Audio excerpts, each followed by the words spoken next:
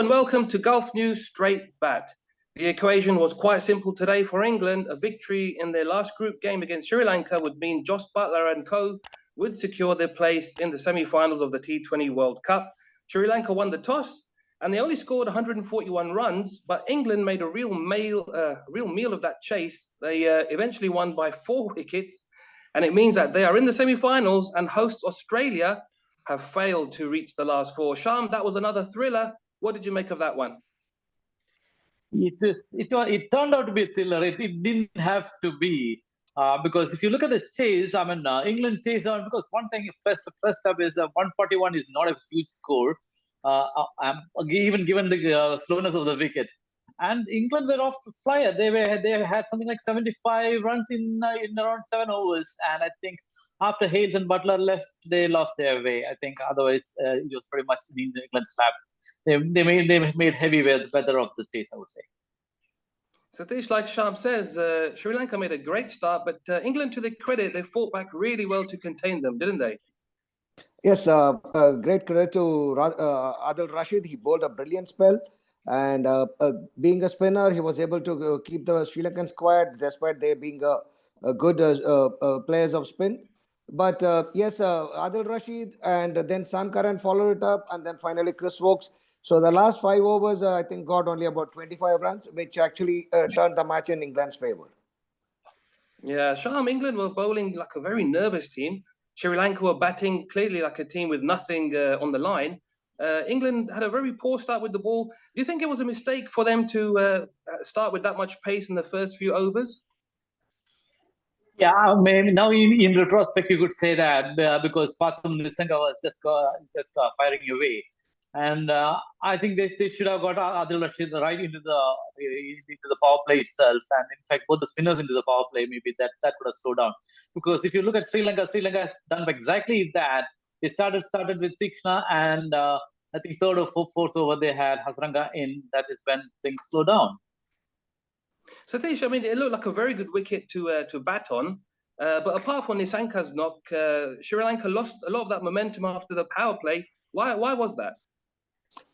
See, this is a wicket where you can't come and hit the shots immediately. You need to spend some time because it's the bounces it stops and comes to the bat. So you need to spend considerable time. At that point of time, when Nissanka got out, I think Sri Lanka, instead of going to attack and keep the momentum going, they should have at least tried to rotate strikes, run aggressively, get ones and twos, and then make England do the mistakes. But instead, they were trying to hit the ball and giving a lot of dot balls, which played into England's hands.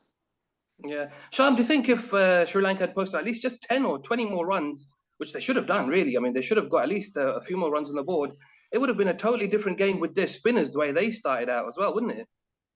Yes, 20 more runs would have been a winning total on this wicket, and the way Sri Lankans bowled, I think England would have had trouble crossing that, actually, because even with this, they struggled.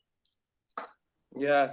And Satish, interestingly, England in their last, I think, T20s, and I think that in the last 12 games, they've lost, I think, 9 when they've been chasing.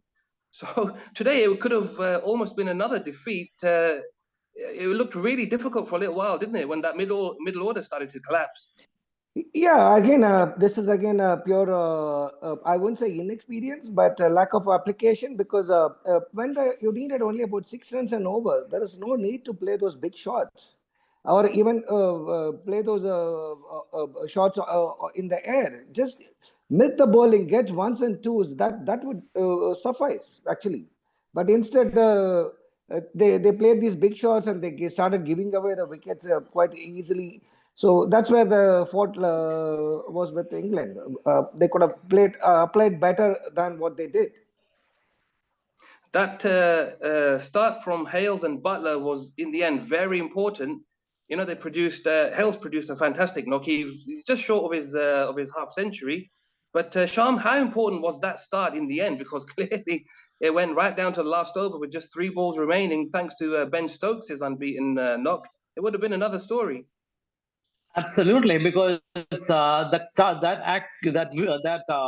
blistering start set up the England win. Because by the time these 2 guys left, I think England needed just less than run a ball. So actually, there shouldn't have been any pressure.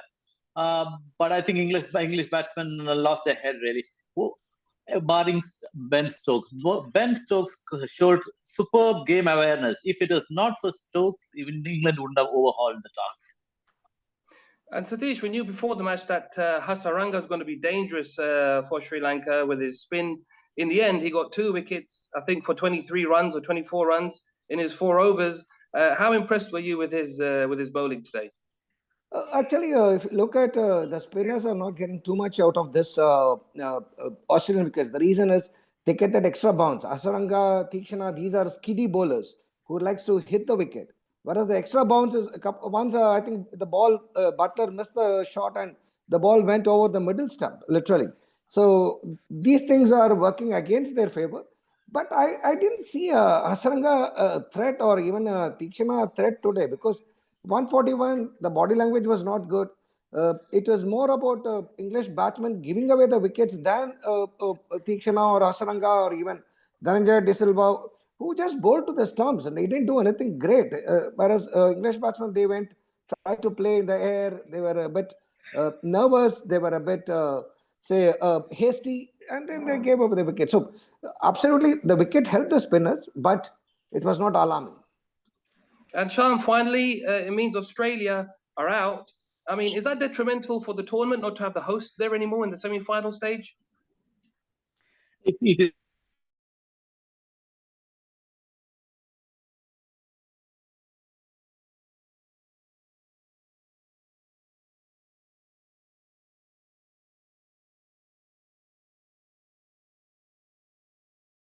I actually, before the tournament started, I picked Australia to win, but I am not shedding any tears over their ouster because if you are dependent on another team's result to enter the semi-final, then you don't deserve it. So I'm not at all shedding any tears for Australia.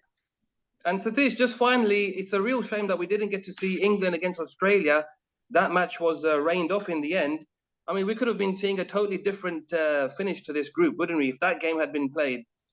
Yes, no, for that matter, rain played a havoc in this tournament, but thankfully, at the end of it, it made a very interesting contest. So because of rains, there were some games which were washed out. So the favorites ended up with just 1 point, and now they are scampering for the final, jostling for the final positions or the semi-final slots, which makes it more interesting. So I wouldn't say that, yes, on that day, if the match would have been a thriller, but I think finally it came down to the last match of the group to get the result of the semi-finals or final, the 2 semi-finals. Yeah, okay, guys, I think we'll leave that there. There's 3 big games tomorrow. South Africa against Netherlands, India's playing Zimbabwe, and Pakistan against Bangladesh.